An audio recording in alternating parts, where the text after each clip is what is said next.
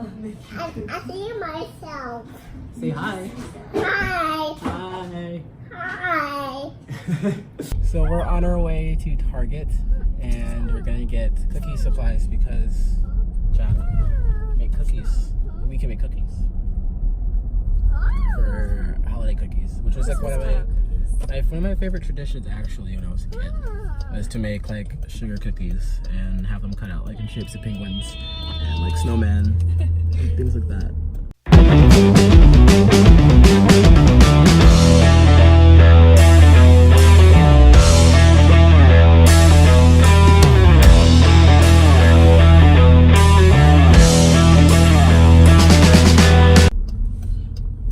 feel like we need a new penguin. We have a snowman. A snowflake. I hate this turn right here. I do too. Now I see why like it's hard for you to get out of the like house during the day. Impossible to get out of the house.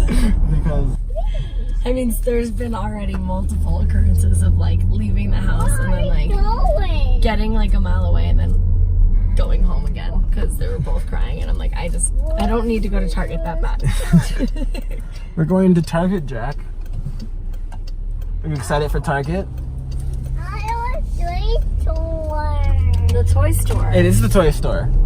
It's Mommy's toy store too. Are you excited for the toy store? But like, he just like learns so much and so fast, and so it's fun to be home with them. I never really thought I'd be a stay-at-home mom ever my whole life. It's like, even like when we were sending Jack for a little while and then sending him, I just like felt like I was missing so much. Like they were talking about how awesome he is and I'm like, I know he's awesome and I like miss hanging out with him. But like I also enjoy interacting with the world too. So I feel like you have to find some kind of a balance. I don't know, it's like, it's been hard. But like, it's only been a couple months, so I'm still trying to adjust so far. But like, having you come home and we like go out and we do things that like allows me to be a part of the world without feeling like I have the burden of having both of them out all at once. And like when you're not in the car, there's nothing I can do if Drake's screaming. So like I'm driving like 45 minutes or whatever, and I have one child screaming the whole time, and then like Jack and I are, you know, just trying to talk to each other, like try not to like lose our minds. Which is, where do you want me to go? I can't really go that. People are so Do you have a mean. sticker that says baby on board? No, because I feel like people are more mean when you have a baby on board sticker almost half the time. I don't know. He's so tired, he's like angry. Oh, you moving the table? Is that cool with you? Do you like olive oil? Yeah. And salt and pepper. What would you have not done? How would you normally eat? Like, What, right now? If I wasn't holding Jack, just doing that? Oh, I would Holding Drake. I would put Drake down and he would cry. Probably. And I would just eat really fast. But like otherwise I will die. So like I don't have any choices. Or like I'll put Drake down. I probably would have waited another few minutes because like he'll be like, he's actually in a good mood right now, so I'd maybe be able to put him down. Okay, can we like just iterate that the house is under construction right now? That's why the paint looks the way it does. Well, they can't really see besides the counter. But The house is right behind us. Oh yeah. With the weird paint. The house is getting painted on Friday, and the backsplash is getting redone. It's a mess in here. Half my kitchen is in my guest room.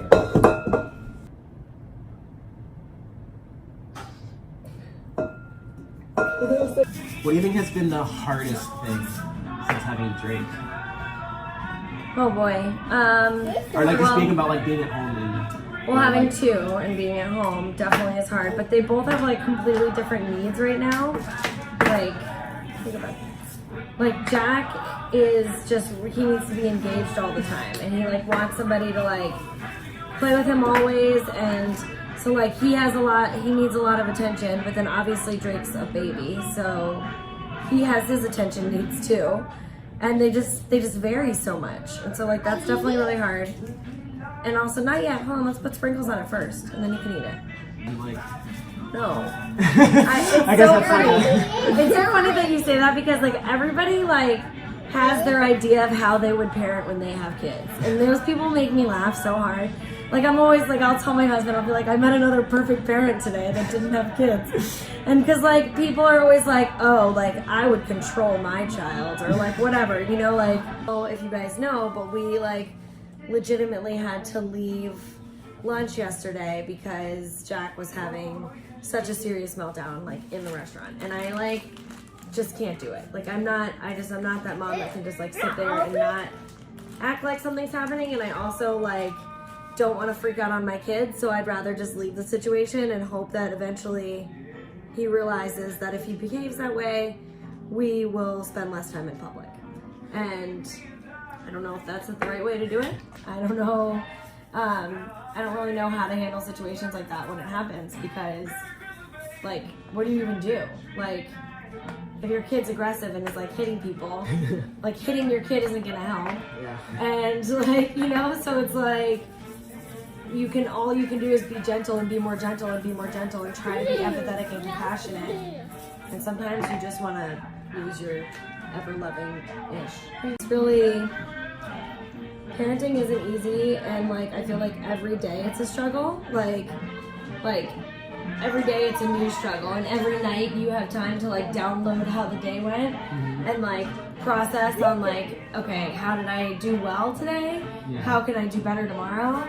And like, what would I have done differently? You know, like you can kind of like go through that in your head. Adam's awesome though with like helping, like it's weird, like I consider right now, like I quit working to be home with the kids right now because it just financially made the most sense, and I really want to be a part of their childhood and like feel like I did all of the things like this, literally just like this, doing this. And so but Adam is like really awesome about like giving me some time in the mornings and night because like he gets to leave work and like I really don't. And so like I will take like an hour at night, like after I put him to sleep. I don't go to bed right away, which I sometimes pay for because I'm really tired, but I really need it. And then like 20 minutes every morning, probably 20 or 30 minutes in the morning where I will like sometimes shower and then I meditate while I shower, breathe and meditate while I shower. Or I will journal, meditate, and like maybe do a little bit of yoga if I can, like while Adam makes breakfast. Taking a bite out of that one, huh? How about that? Can you sit there and I did. So, but like, see what I'm saying? Is like, no one's gonna love my kid through all of that. Not possible to love them more than I will through all of that, despite him being like this right now. And he's honestly, like, you've seen him. Be nicer to Charlie. He's been like this all day. And, like, no breaks of him being like this. So it's like, I don't know. I just feel like when I get to the point where my kids are like 15, 16 and struggling with way bigger things than I can really help them with, I just want to know that, like, whatever happened when they were younger, like, if it's possible, I want to be in control of that. Or, like, I want to, like, have influence over raising my own children. And, like, I know that not everybody... Yeah, we can keep going. I know that not everybody has the ability to be able to do that. So I feel really fortunate that I can. Like, people, like, get all excited about the baby phase and having, like, this cute, cuddly, adorable newborn, and my ovaries scream even now seeing a newborn. So, like, I get that. But, like, the fact of the matter is that A, they don't go away. B, once you have them, your life doesn't change. Like, your life doesn't go back. You don't get any amount of freedom. Like, vacations for me will literally never be the same again, ever. Because even if I leave them and I am able to get away, which one day I will be able to, but, like, honestly, for the past 4 years, like, I've gone on 2 vacations. Mm-hmm. And, like, most of them have been with kids, and I just will, like, bring somebody along to help babysit them. It's like your life just completely will never be done. But no, like, I will never, like, I'll leave, maybe go on a vacation or something, and the whole time I'm there, I'm thinking about my kids. Like, are they fine? Like, who's going to the hospital? Like, what's happening? You know, like, you're worried the whole time. And, like, you can't change after that. Like, you can't undo that. Like it's such a life-changing thing. And like, you know that in your head, but like until you have them and you experience, like, it's really crazy. It's a whole crazy thing. I mean, like after Jack, I went back to work. I thought You said that was a lot, right? I mean, that's why I'm not working now. I think the anxiety, the postpartum, like, I had postpartum depression and anxiety really badly with Jack. And I think that was really because I, like, had this insane anxiety about going back to work. And I, like, didn't want to go back to work. So, like, it was almost like this clock was ticking. Like, it was like and it was awful. And so with Drake, I took a lot more time postpartum to take care of myself. Like, I did a full 40 days in the house, and I did bed rest for 2 weeks. And So wouldn't you be going back to work normally? Like, if you worked at a normal place, it would be after the new year, probably? oh yeah, before that probably. Like, I have a lot of friends that go back like at 12 weeks, which is that's great. Like, that's if you work for a company that's awesome and provides for that. But I know people that go back after 6 weeks. And like, that's really, I feel like that's so soon. Like, that'd be so hard for me to leave my baby at 6 weeks. Like, people have to do that. This is really like... Some people don't have a choice. Like, and I feel like I constantly will, like, am in situations where I almost, like, feel bad. Like, that's the other thing. Like, there's so much judgment around it. Like, it's like, you're a bad mom. Like, people judge you if you go back to work too soon. And they're like, oh, how could you leave your baby? And blah, blah, blah, blah, blah. And then people judge you if you don't go back to work at all. And they're like, oh, you stayed home. You stay home. And they're like, stay home. Like, whatever. So, like, I feel like both ends of the token of, like I'm judged for doing either thing. Like, you just can't win. Like, working mom with like, the career, or the, like, mom who doesn't care about anything. It's the same thing. It's like with everything. Like, if you breastfeed, like, you're judged because you're breastfeeding in public and you're tantalizing men with your nipples. Like, and, feeding your child. Yeah, like, by feeding your child.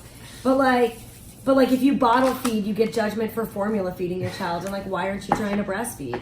And, like, if you, like, sleep train your kid, you're a jerk because you're letting your kid cry it out, and how dare you do that. But if you, like, don't sleep train your kid, like, how could you not have enough control that your kid doesn't sleep? Like, it's like, you literally can't win. Or, like, you know, you either hold your baby too much or you don't hold them enough. And it's like, so I think the biggest thing, and it's like with everything, it's like letting go of society and their expectation of you.